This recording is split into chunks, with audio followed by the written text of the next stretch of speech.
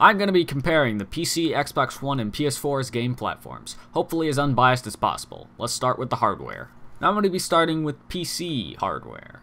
Now, this can really range. It depends on your budget. It could be very good, easily outperforming any console. However, it can also be way worse.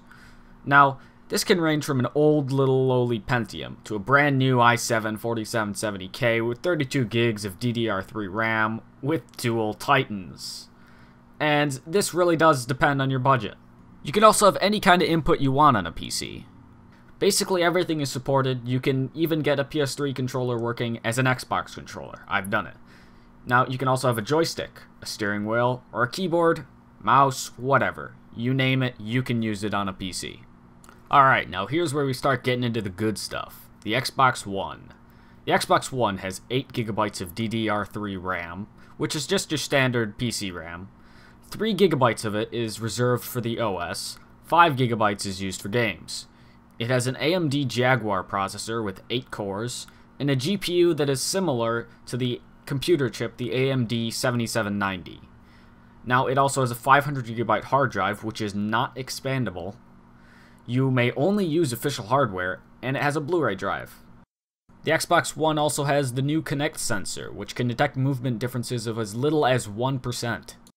And now moving on to the PS4. The PS4 features 8GB of GDDR5 RAM, which is essentially similar to DDR3, except it's commonly found in graphics cards on computers. It has higher bandwidth, but it also has higher latency.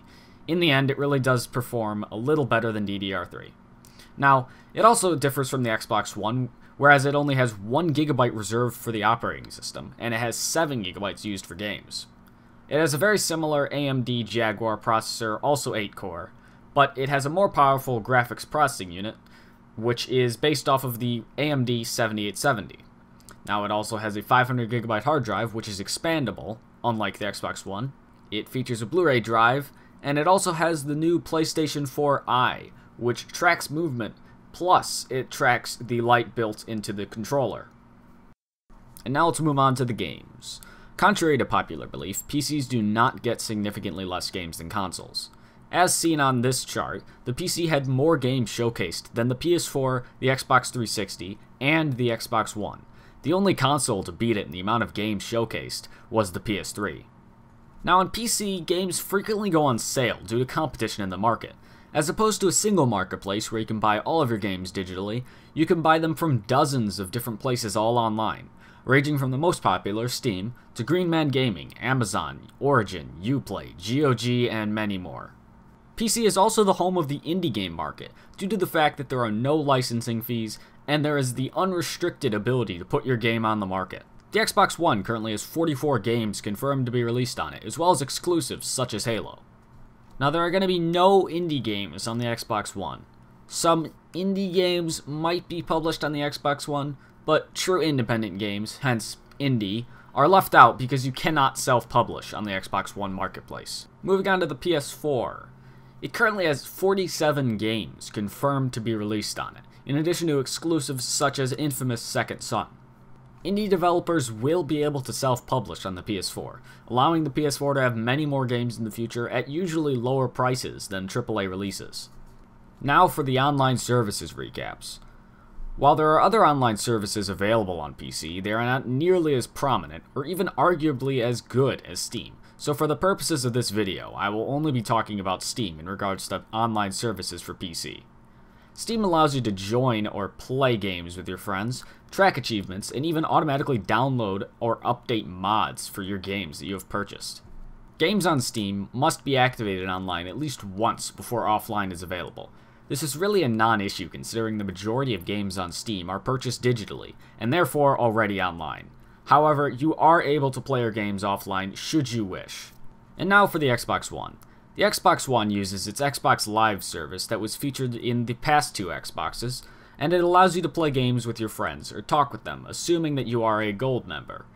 You may also track achievements, however mods are not supported and are actively banned. Games on Xbox One must be registered with your account online, even if they are purchased on a disc.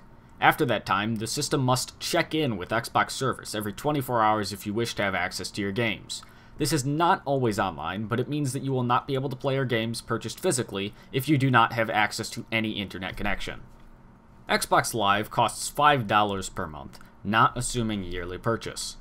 The PlayStation 4 uses the PlayStation Plus service, which allows you to play with your friends and talk with them, assuming you are a PlayStation Plus member. You may also track achievements, and mods, like the Xbox One, are not supported. There is no registration of games needed on the PlayStation 4 to play them, and there is no check-in needed to be able to play your games, meaning that you can effectively never once connect your console to the internet and still be able to play all of your games.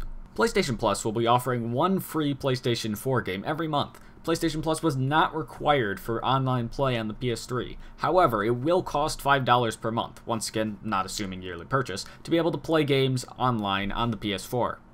Now, on to used games and or borrowing games. Assuming we are talking about Steam, PC effectively has no way to give your games to your friends. Your games are tied to your Steam account, and even if you have a disc, you will not be able to give it to a friend and have it work without purchasing the game again. However, if you do not use Steam, some DRM-free games could possibly be traded. PC is not 100% limited to no used games.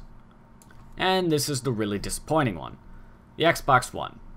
Games can be given to a friend only once, and after that they cannot be given to anyone else. This assumes that you have been friends with that person on Xbox Live for a month. Games can be resold or bought, if the publisher allows it, and only select retailers, presumably GameStop is among one of them, will be able to sell used games. Now what's PlayStation 4's used game policy, eh? No restrictions whatsoever on used games or giving games to your friends. You can sell them, buy them, give them, whatever.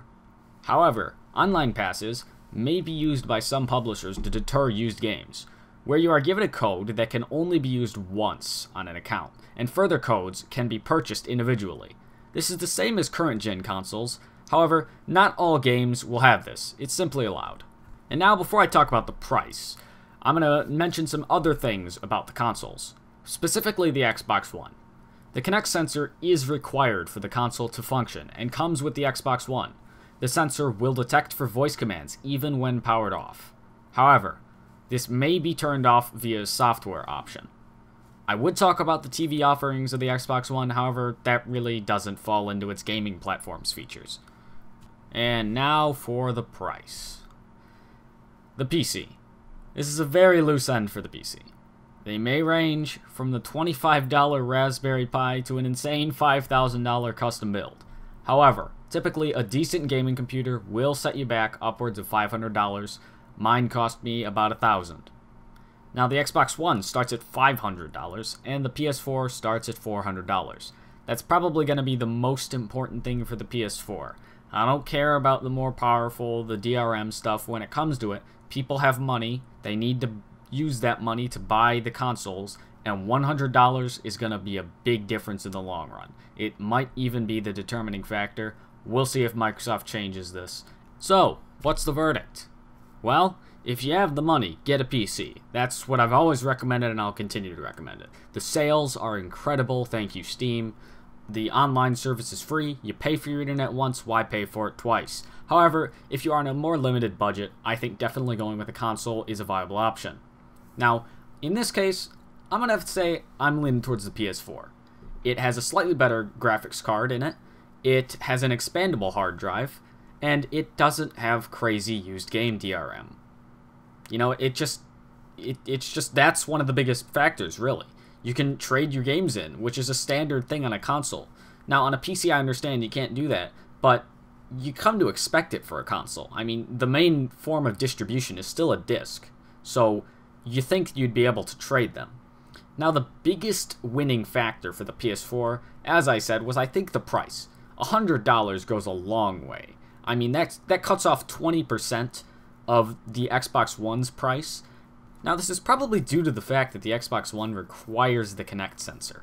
Now, this is a really expensive sensor that probably contributes to the $100 higher price point. And for $100 less, you're getting a better console with less restrictions and no online DRM, a better online service. I don't really know what Xbox is thinking. I mean, really. But I guess in the end, the verdict is, if you can, PC. If you can't, PS4. Simple as that.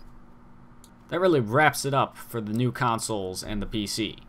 So let me know what you guys think in the comments, and I'll see you guys next time.